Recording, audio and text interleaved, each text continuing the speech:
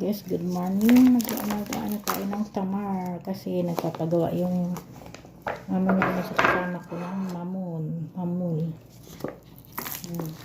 Tatanggalin ko isa ng buto.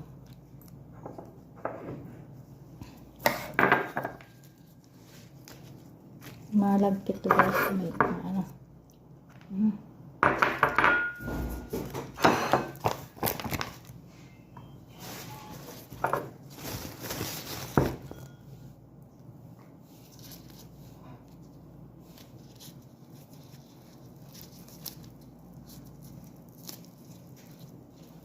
Alam mo, mayroong muntik na ako na nadali sa kamay. No. Nung diba nagpunas ako dyan ng mga baso. Baso ko yung basahan pa ganun. Nabuka yung baso. Anong baso? Yung manipis, yung bilog. Ay, yung plastiko. Yung manipis, yun natin, yung malalaki. Yung puti.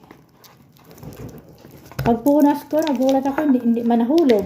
Bumuka lang sa kamay ko. Buti nga hindi malakas yung pagkapasok ko ng kamay ko sa yung dilaw na yung pamunas ko. Kaya kung malakas yung pagkapunas ko, sugat ako. Baka may crack na siya. Meron ng crack sa gilid, tiningnan ko. Oh. Ang bag ko, may crack na to sa gilid. Imposible nga pagpuras ay mabuka dayon. Hindi naman siya nahulog. Saan yun? Yung pinag-inuman ni nanay ng tubig? Ito. Hindi, yung puti talaga, yung ginagamit sa Ramadan. Kaya nga. Doon yung kinuha ko eh. Saan? Doon.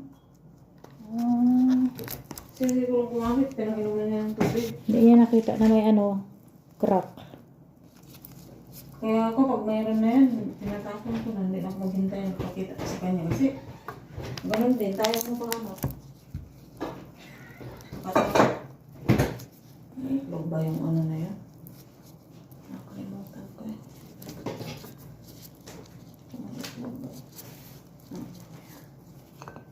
Hindi naman mapapansin niya na may crack. Naugasan naman. Kaya nagkataon lang pagpunas buti.